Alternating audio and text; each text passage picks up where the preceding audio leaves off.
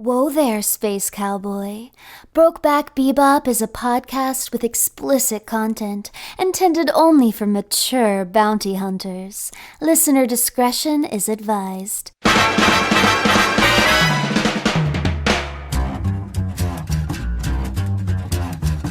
Listen to all 40 steamy sessions of the show right now by supporting Brokeback Bebop at patreon.com/can'tdisappointpodcast. I think it's time to blow this scene. Get everybody in the stuff together. Okay. 3, 2, 1.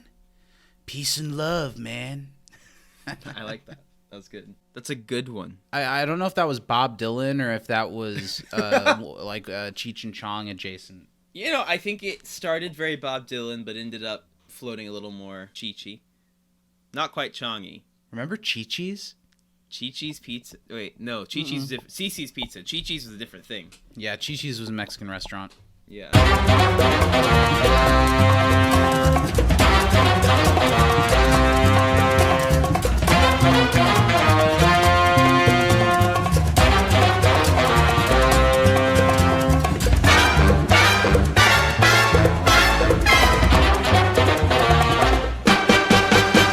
Hi, everybody out there. Welcome to the one and only Brokeback Bebop. We're glad you've made it for another episode of this nonsense. How you doing? Are you talking to me or the people? Absolutely not. I was going for a Blues Cluesian. What do you think? And then we'll leave about 25 seconds for the dumbest shit 3-year-old kid to say, "It's underneath the toaster." It's where? Underneath the toaster. It's where? Shut up, Steve, you stupid bitch. It's right behind you. Huh? Magenta. I've watched a lot of Blues Clues in my day, Sure. Zach. I even watched Blues Room, which was the semi-live action. No, I'm very familiar with Blues Room. No, you're wrong. Blues Clues was semi-live action. Blues Room was all purely digital. animation. Mm-hmm. However, I remember as a very young child, Blues Room started, and as a baby, I was obsessed with Blues Clues. It was my favorite show. But when Blues Room happened, I was my childhood's dead. Well, because I still had a little brother and sister, so I was with it through all the Joe years. Joe, not so bad. I don't know who the fuck this new guy is. Alan?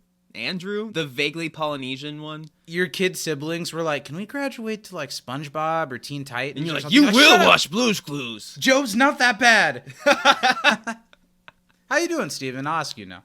You know, I'm doing okay. I'm happy to be here. Before we started watching Bebop together, I was like, I'm excited to see Zach today. And then we started, and I was like, mistake. The luster wears off fast. Pretty quickly. Well, we have a little distance in between us because we couldn't record for a week because literally the elements were against us. Yeah. I had a power outage, so we couldn't record when we usually do this. And I've missed that sweet, beautiful... Sweet. A little misshapen, it's starting to get droopy with age face, but you know, we take what we can get.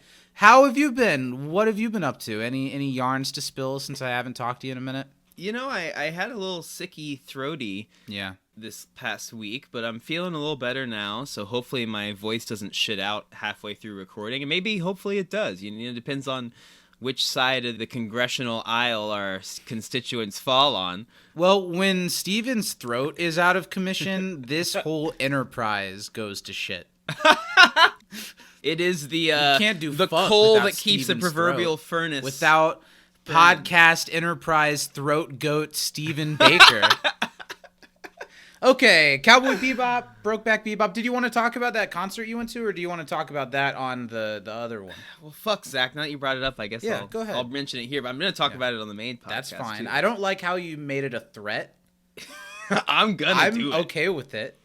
I'm going to talk about it. So yesterday, I think on one of the shows that we do, I've talked about Silvana Estrada before. She's a Mexican artist. Any relation to Eric Estrada of Chips fame? I hope so.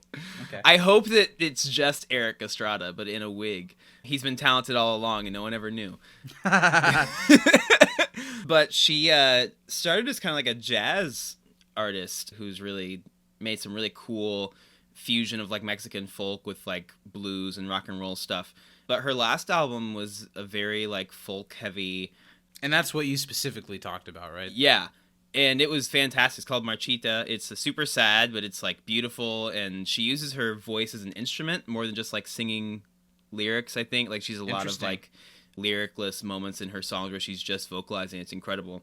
But got to see her for free yesterday. There was like a Latinx festival or something happening around Navy Pier these last couple, literally just the last 2 days. And she was like closing it out. I didn't recognize any of their names, so I didn't go to support anybody who's not recognized to me, of course. But I went to go see her, and it was incredible. Like there were maybe, I don't know, less than 100 people there, but it was really, really cool. Just getting to sit up like, close? Were you really Yeah, close? super close. And we were like sitting on a lawn, like she was performing. It was just her and like 2 bandmates, and it was just incredible. It started raining at one point, and like, is it at that big 10 people amphitheater that's near the Bean? No, it's not. It was at like a Not even small that, little smaller like than that. stage that they put up like That's right so next to Navy cool. Pier. Yeah, That's so it was neat. awesome.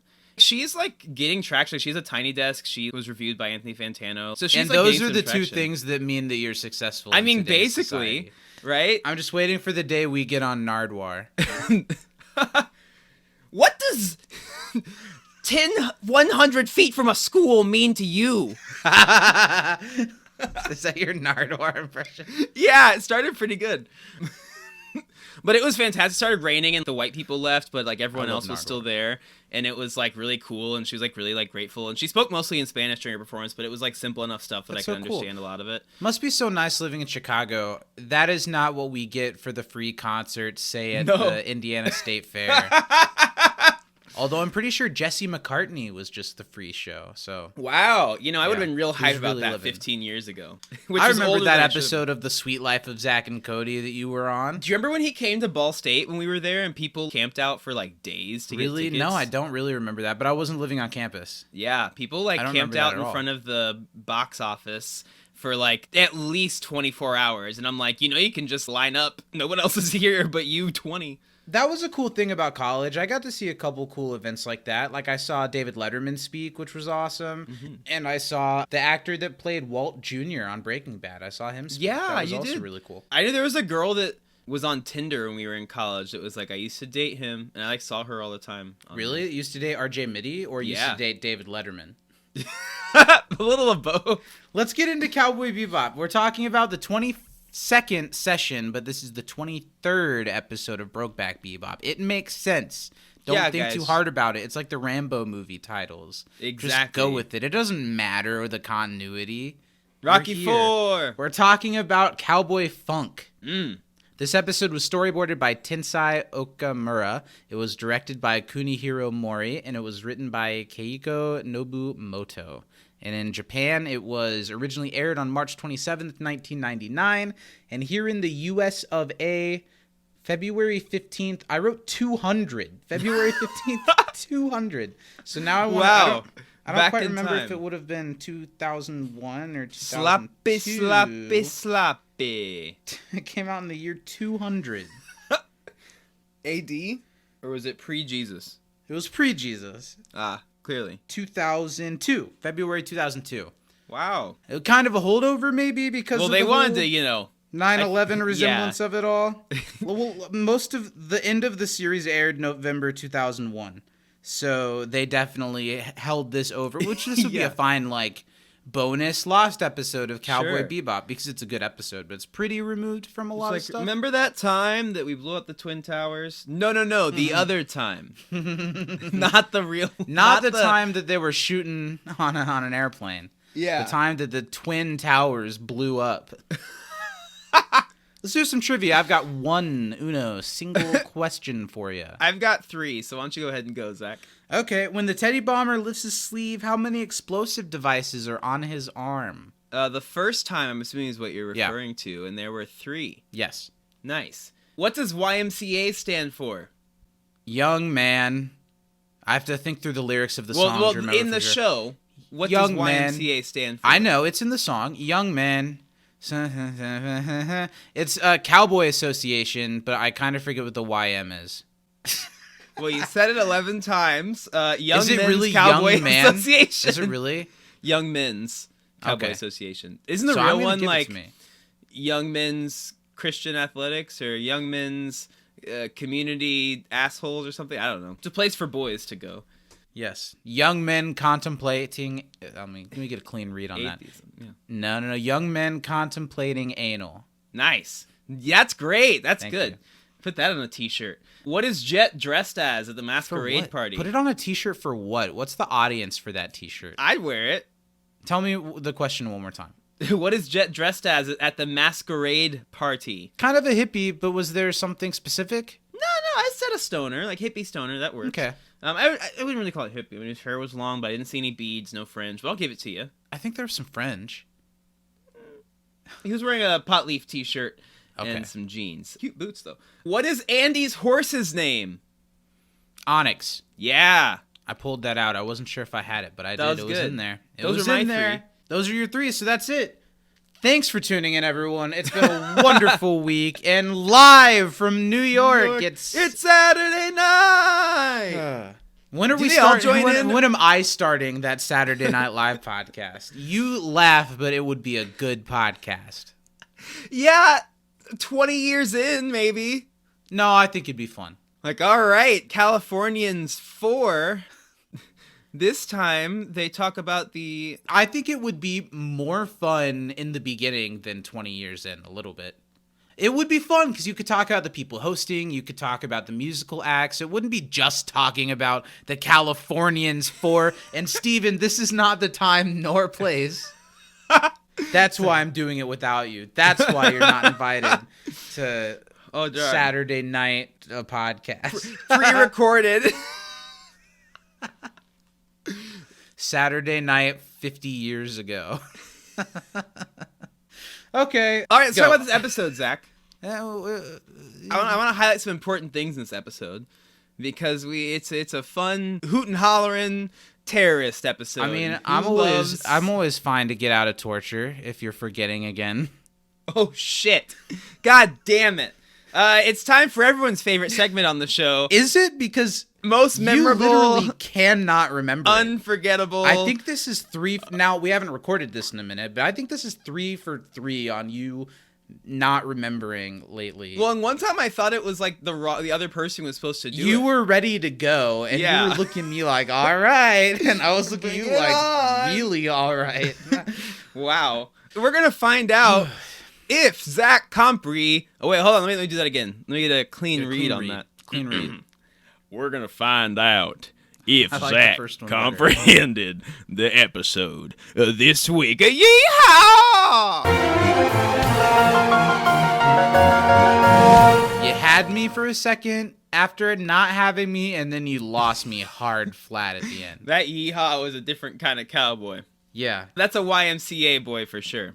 Yes. All right, that's part of the show where we find out how well Zach comprehended the episode. He's got 20 seconds to do it. I once again opened my calculator like I do every time that I get ready to do keep this that segment. up. That'll really help me out. That'll buy me an I'm just extra gonna type 8 in seconds 1, of you being 2, confused.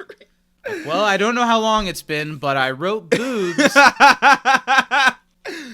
Oh, all right, Zach, are you ready? I don't know. Is anybody ever ready for anything in this sham of a life we live? Let me take a sip of water before you go. Let me take a sip of water before I go. I like your Riley's Children's Hospital cup. Do some time there? Well, as they were escorting me from the premises, I said, I'm keeping the cup. Oh, nice. Okay, here It would we take go. way more than 20 seconds to explain what got me kicked out. Yeah, that'll or be like the next 2 segment. seconds, yeah. Very similar to the YMCA analogy. Oh, when they're sick. Alrighty, 20 Not as much seconds fight, is you're how right. long you have. On go. 3, 2, 1, go. Spike is off chasing his latest bounty, the dangerous Teddy Bomber, who desperately wants everyone to know why he's doing what he's doing. But instead he gets distracted by perhaps the other most famous bounty hunter in the galaxy, Andy, a cowboy who somehow has sponsorship deals and a fan following, and who rattles Spike to his very core. They measure dicks the whole episode, and Stop! in the end... Yeah, okay. I know, right? I did and I didn't I? You did and you didn't. Like, Yeah. you almost got me there, but also Sure. you didn't get me there at all. So I don't know. I'm going to give that a solid C+, Zach. I think that you did a good job explaining the Spike-Andy rivalry, which is the point of the episode. And I got the bomber thing pretty You decent. did And I announce got the that he bomber wanted to existed. tell everyone desperately why he's doing what he's doing. That's true. I didn't get the Twin Towers. Nope. Didn't get the masquerade party. Okay. I did like that you mentioned the You already sponsorship graded me. deals. I'm fine with my grade. Yeah. Yeah.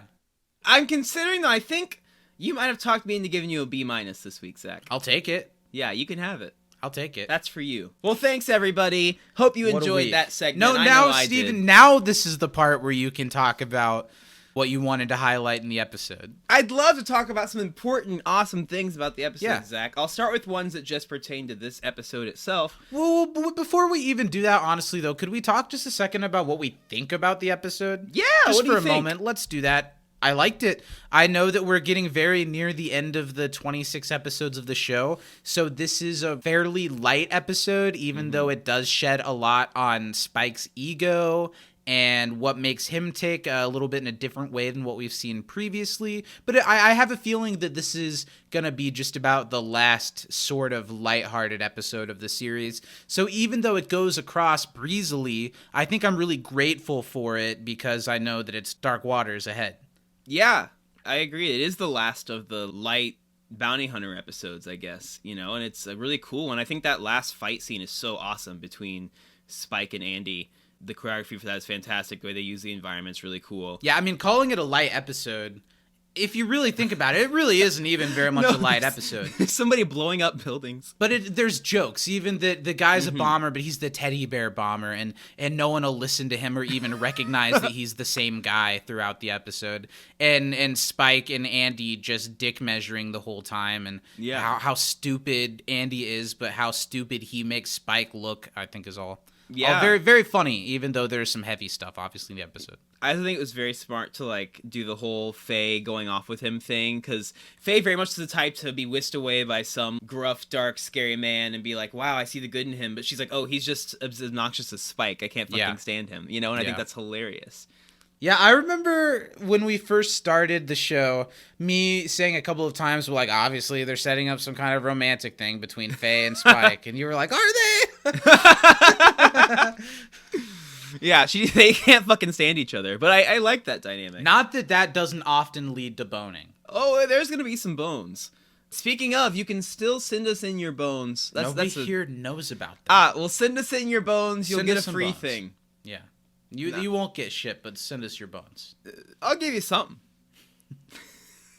We'll work it out separately. So what's important from the episode? I think that the whistle song is really cool that plays every time Andy's coming up. It's very Kill Bill-ish, Sure. which is to Way say, before Kill Bill. yeah, waiting for the Kill Bill to show up. But it's kind of like a play on Western things, but it's different enough that I like it. I think that Andy is a fun character, especially as an antithesis to Spike this week. He is an interesting character. I wish we got a little bit more of him because I'm so interested in why he has marketing deals. Well, why because he has a sells- shit ton of money. He comes from a dynasty. He comes from hella money. He's just doing this because he's bored. He's like fucking Iron Man. Well, I was thinking, do we live in a world where the bounty hunters can be celebrities, I guess? I guess. I mean, the TV shows are about bounty hunting. Yeah. I don't know. I thought it was interesting. The way this show has painted the business of bounty hunting is so different from what this guy, even that he rides in on a horse. We haven't seen any horses. How the fuck does he get his horse from? Does he have a ship? Or does he just ride his horse Every from planet time he to planet? shows up at a place, there's someone who's like, horse? Yeah, what the fuck? If dogs are a rarity, they're just fucking around with horses now. Horses, I feel wouldn't be that useful in this society. Yeah, you can't get very far in space on a horse. He did say Onyx was special. I also think that the masquerade party was kind of fun because he's dressed as a fucking cowboy, so that part was fine, but the horse was can't have that here. Although, why are there multiple people dressed like teddy bears, and why does the teddy bear bomber dress like a teddy bear? It's a sex thing. Speaking of sex things, I kind of want to wait to bring it up on our other show. But have you heard about the store in Noblesville that got a cease and desist letter from the city? No. All right, we'll talk about it. I think it's really funny. Oh boy. I'm excited to hear about it. Does it have to do with sex? Sexuals? Depends on who you're asking, yeah. Nice. Let's talk about how this ties into the movie, Zach. Sure. It does a little bit. This is So I always say the wrong thing when I'm talking about this show, but this is the right thing this time. 3 or 4 episodes you've been like, this is the one that ties into the movie. This one ties into the movie. The movie happens right after this episode. Does Andy perchance show up in the movie? Andy doesn't, but it does have to do with terrorism and bombings and those sort of things. Great, fun. So that's kind of the connection that I'll say before we watch the movie. I do want to talk about another cool, but less cool for us because I've been talking about it for 20 episodes waiting for it to get here. But this is where they kind of foreshadow they're going to have to do Samurai Champloo. They're like, I would have believed it if it was a samurai. Him being a cowboy, that's so lame. Yeah. Should try being a samurai, yeah. Yeah, and I think it's a cool little, seeing him ride off into the sunset on his And now even in the end when Edo he's era. like, I have a feeling what my next job might be. Yeah. Wink. Wink, wink, wink. It's a nice little touch having him ride by the prison transport bus. Yeah, Samurai Champloo's great. This show's great. I think it's... This episode has some nice meta touches. From Yeah. that to Andy literally saying, see you, space cowboy, and Spike, like, deflating. Because that's only ever been, like, in his head or whatever, I guess, if that's what it's he's like, supposed what to the be. fuck is going on? And at the end, it's funny, because Andy is like, I get it. I may be a boy, and I may be on this horse riding around, but you're a cowboy. You're the real cowboy. a Gives him the space fucking cowboy. And I'll see you, space Well, cowboy. and I think it's also funny how then, like, Spike is like, and he wasn't bad at all. He actually was just like me. I think we'd be great friends. As he's then eating the fucking soup, the cowboy. I whatever he almost calls it. thought he... Well, you're right, but I thought he was saying that not because he actually wants to be friends with the dude, but because he said nice things about him. Because he, like, fed into Spike's ego. And he's like, oh, then I don't care about this guy. He's fine. He's like, he's actually pretty good. He said I was the better one, so we're good. Yeah, he knows what's up. I don't really see Spike trying to hang out with Andy anytime. They're buddies. We've never talked about really on the podcast, and I don't know if it's specific to the dub or if the original Japanese has it too, but the little previews that they play for the following episode that come after the credits are always, like, silly. Yeah. And in this one, it was Andy and Spike, like, arguing over it, and Andy talking about how the next episode was about his revenge and how he'll, like, really get his chance to get his that he deserves. And it had me thinking, like, oh, is the next episode actually a continuation of this? Because I'd be interested to see that. And then it's not. That's just like... That it didn't say anything about what the next episode is. They just, like, joked about... There were some cryptic, like, images. Yeah. I know the next episode has, like, cult vibes or something. Mm-hmm. I thought Brain that was really scratch. funny. Yeah, I think the ending things are hilarious, and they are funny in Japanese, too. And it's such a nice, staunch break from the ending song, which is real folk blues, 'cause it's so clearly sad and depressing, and everything's in black and white, except for, like, the reds, and, like, it's raining. And then they're, like, always something really funny, like, Yeah. I think that's always really funny. Zach, the next episode technically is not part of the finale, but I think it is a precursor to the ending. We start to have finalities in the show in the next episode that don't get resolved or unchanged. Interesting. So I want to take a couple minutes and reflect, Zach. What have been some of your, standout moments for you so far in the show? Because it's coming to an end. How are you feeling about that? It's hard to say standout moments because I still am a novice with the show. I haven't gone back and revisited the episodes that we've done since we've done them.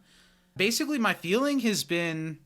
It feels like I got more into the show than I was expecting without even realizing it. Mm-hmm. And by the time I did realize it, we're so close to the end. And I'm really excited to see some stuff with some finality happen, because since we've been doing this a week at a time, it has stretched out the show instead of just binging it. But it does still feel way too soon for the show to end. I'm interested to see what this show's legacy, to me, who isn't versed in anime and is used to watching shows that at least run 2 or 3 seasons, I'm interested to see how I'm going to feel about this show as a whole picture by the end of it. If I'm going to feel like, well, they should have made it a more overarching story if it was just a 1-season thing, or if I'll feel like, well, they should have done more episodes. I'm interested to see how satisfied, because I know how much people love the ending of this show, and I'm really interested to see how satisfied I'll feel by the ending of it, because I've felt satisfied by the show so far. Yeah. I guess it took like the first 3 or 4 episodes for me to really get into it. There was a sea that's rat not that bad. hooked you. It always is. Always is. I think that's pretty typical for most shows. Yeah, I think that I always stick to the 3 or 4 episode rule, especially with like anime and new shows, because like every show has to set up its character base, has to get you attached, and that takes a little bit of time. But I think this show does a really good job, and I think you'll see this when you go back and watch it. They don't change up their formula. This is still like the same. Like once they have the crew together, they do it, and it may at the beginning you're like, oh well, I wish they like went more into it. And then they have like the one-off more into it episodes. But by the end, them just doing their thing works so well. And I think this show was kind of what they were doing the whole time. Yeah, and I think when you go back and watch it, I at least gained a lot more appreciation for the show. I believe it. Yeah, the more I watch it, the more I like it. When you already know Spike and you go back to that first episode that just drops you into what Spike is doing that day. Yeah. It's cool, and I think this show is so well done. The music, the animation was really pushing the limits for that time, at least for a show. I mean, like we have some movies, and the Miyazaki films like have a lot of money behind them, and this does not have movie budget money behind it.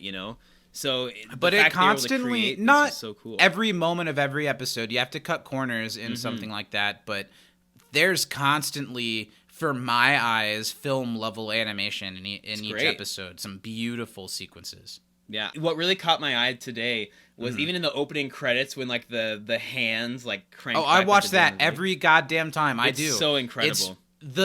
We always kind of are a little harsh on the CGI because it's dated. It's pretty much the only thing that really dates the show. I think if it didn't have that, you could put this on and say it's from like 2006, and I'd probably believe I'd buy it. But the theme song sequence has really great CGI. You can tell they really put the time into that because it actually has like the characters in slight CGI animation. Yeah, I think it's really so neat. cool. In this episode, the animation moment that stood out to me most were mostly when they're climbing the building at the end of it. I thought, and it's them in the back and something else going on in the front. I thought was really cool. And the moment where Andy says, "See you, Space Cowboy," and Spike has that face. It has really strong vibes of old school SpongeBob, where they do like the close-up paintings. The terrifying, that would be like a frame of like really gross, like detailed. I thought his face really looked like a oneer. Like they put a lot into into that one frame. Facial, yeah. I love it. I think it's a great episode, great show. I'm excited to watch these last few episodes, but it is a little bit bittersweet, getting to the end of the animated run of the show. Yep. It's going to be really interesting to go. Like, now I'm into it. Now I'm excited to see where it's going to go. So when we finish the movie and start the live action, I'll be, like, excited for more because we're writing this thing. And then who knows what that's going to be like. Who knows what that'll be like. Yeah. Yeah. Because I still have not finished the live action. I've seen most of it, but not all of it. So... Who's your captain of the Bebop this week, Steven? This week, I'd be hard-pressed not to give it to Stoner Jet. I mean, honorable mention to Andy, honorable mention to Spike. Great episodes for both of them, but Stoner Jet stole my heart, stole my youth. I love it. I'll give it to Spike. I think this is... I've said it a couple of times. This is up there for Spike episodes for me. Almost Andy, but I do actually find Andy kind of annoying, so I'm going to give it to Spike. Of the bromance, frenemy thing we've got going on here, I think I'm Team Spike. I'm definitely Team Spike as well. Well, thanks, Zach, for going on this journey with me today. You're welcome. This has been fun, everybody. I hope you've enjoyed the show. Brokeback Bebop. We'll be back next week to talk about the 23rd, right? Or is 23rd episode. The 23rd. Brain scratch. The first of the final 4 episodes of the original run of the series. If that's 23, 24, 25, 26. Well, the fuck, what episodes are left? God damn it. There's Brain Scratch, one more, and then the 2-part finale. God damn it. One more is. I'm sorry. God damn it. That's just the truth. I look like an idiot now. I've been saying there are 3 left all day. You would have been fine. Now you look like an idiot. Fuck. You didn't at first. God damn it. Bye, everybody. Bye. See you, Space Cowgirl. I don't know. I always want to say something clever with it, and I never have it when I try. Yeah. I'm already halfway through it, and I've got to say something. Do you have anything? See you later, Space. Was that the set? Oh, I thought you found something. No, I was setting you up. I was hoping you had something. Let's just say bye. Adios. Let's just say bye. It's bye. Espacios. Goodbye.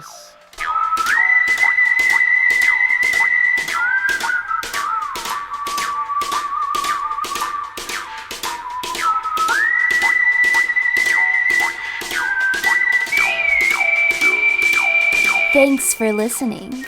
Support this show and our podcast network at patreon.com/can'tdisappointpodcast, where starting at $5 a month, you can get immediate access to all 40 outrageous sessions of Brokeback Bebop. See you next time, Space Cowboy.